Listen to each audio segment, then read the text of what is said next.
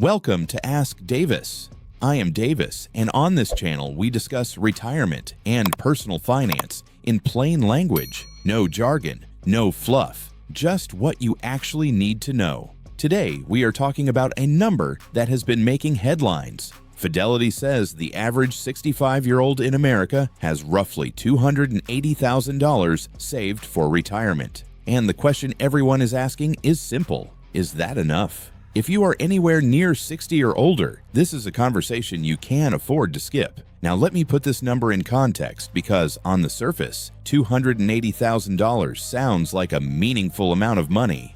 And it is. But the real question is not whether it sounds impressive. The real question is whether it will last. Let me walk you through what happens when you actually try to live on $280,000 in retirement. And I think the math is going to surprise you. The standard withdrawal guideline most financial planners reference is the 4% rule. That means in your first year of retirement, you withdraw 4% of your total savings and then adjust for inflation each year after that. 4% of $280,000 is $11,200 per year. That comes out to roughly $933 per month. Now think about that for a moment. $933 a month from your life savings. That is your supplement to Social Security. That is supposed to cover everything your Social Security check does not. And for most Americans at 65, the average Social Security benefit is approximately $1,607 per month. So if you combine the two, you're looking at roughly $2,540 per month in total retirement income. That is about $30,480 per year. Can you live on $30,480 a year? In some parts of the country, maybe. But if you live in or near a major metro area, if you have a mortgage or rent payment, if you take any prescription medications, if you have a car payment or insurance, that number gets consumed very quickly.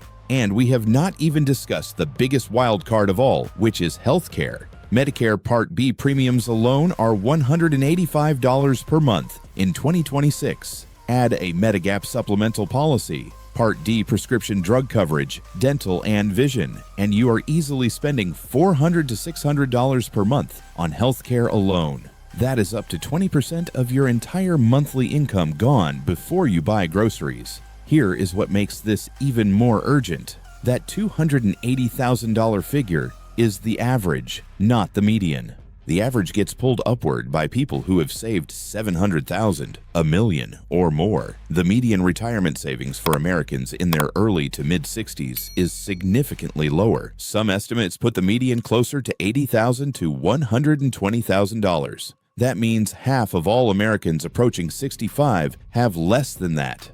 And the Fidelity guideline itself says that by age 60, you should have 8 times your annual salary saved. If you earned $75,000 per year, that benchmark would be $600,000. $280,000 is not even half of that target. I want to pause here for a moment. If you are watching this and you are in your late 50s or early 60s and you are starting to realize that the gap between where you are and where you need to be is larger than you thought, I put together something called the 90-Day Protocol. Retire at 62 without regret. It is a step-by-step system designed specifically for people in your situation, people who need a clear, structured plan to close that gap before it is too late. It covers exactly the kind of planning we are discussing today, in a way you can act on immediately. The link is in the first comment below. Now let me be very clear. I am not here to scare you. I am here to show you that even if you are behind, there are concrete steps you can take right now to dramatically improve your position. And the earlier you act, even by a few months, the more options you have. So let me give you the specific action steps. Step 1. Know your actual number, not the average. Your number. Add up every account you have. Your 401k, your IRA, your Roth, any brokerage accounts, any pensions.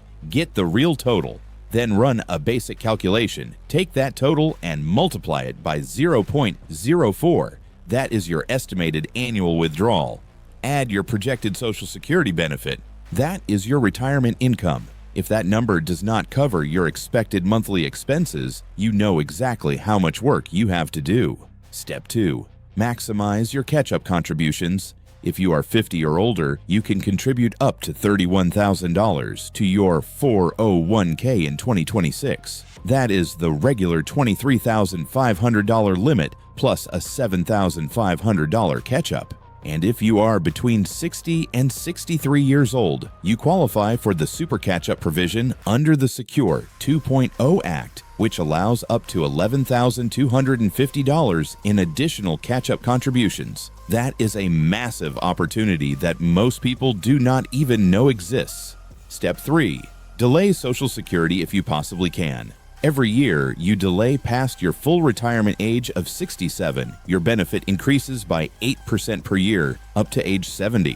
That means if your benefit at 67 would be $2,000 per month, waiting until 70 increases it to $2,480 per month. That is an extra $5,760 per year for the rest of your life. And that is guaranteed money adjusted for inflation. There is no investment in the world that offers an 8% guaranteed annual return with inflation protection.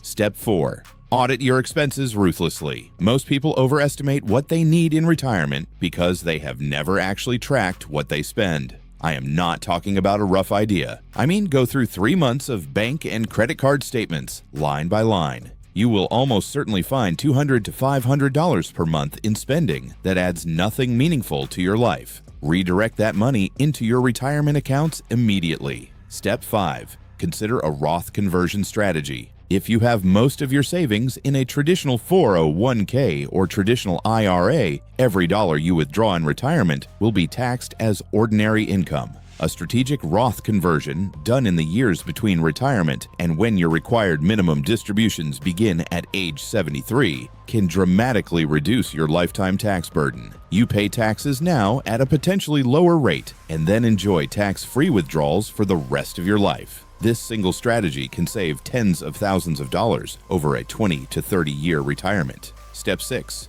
Do not ignore the income side. Retirement does not have to mean zero income. Part-time consulting, freelance work, even a small side business can generate $10,000 to $20,000 per year. That additional income does 2 things. It reduces the amount you need to withdraw from your savings, and it allows your investments more time to compound. Even 2 or 3 extra years of partial income can extend the life of your portfolio by a decade. Here is the bottom line. $280,000 at 65 is not a disaster, but it is not enough on its own for most Americans to retire comfortably. The good news is that the gap is closable if you act with urgency and precision. The combination of maximized contributions, delayed Social Security, tax-efficient withdrawals, and strategic expense management can transform even a modest savings balance into a workable retirement plan. But the window to act is not unlimited. Every year you wait makes the math harder. I would like to hear from you.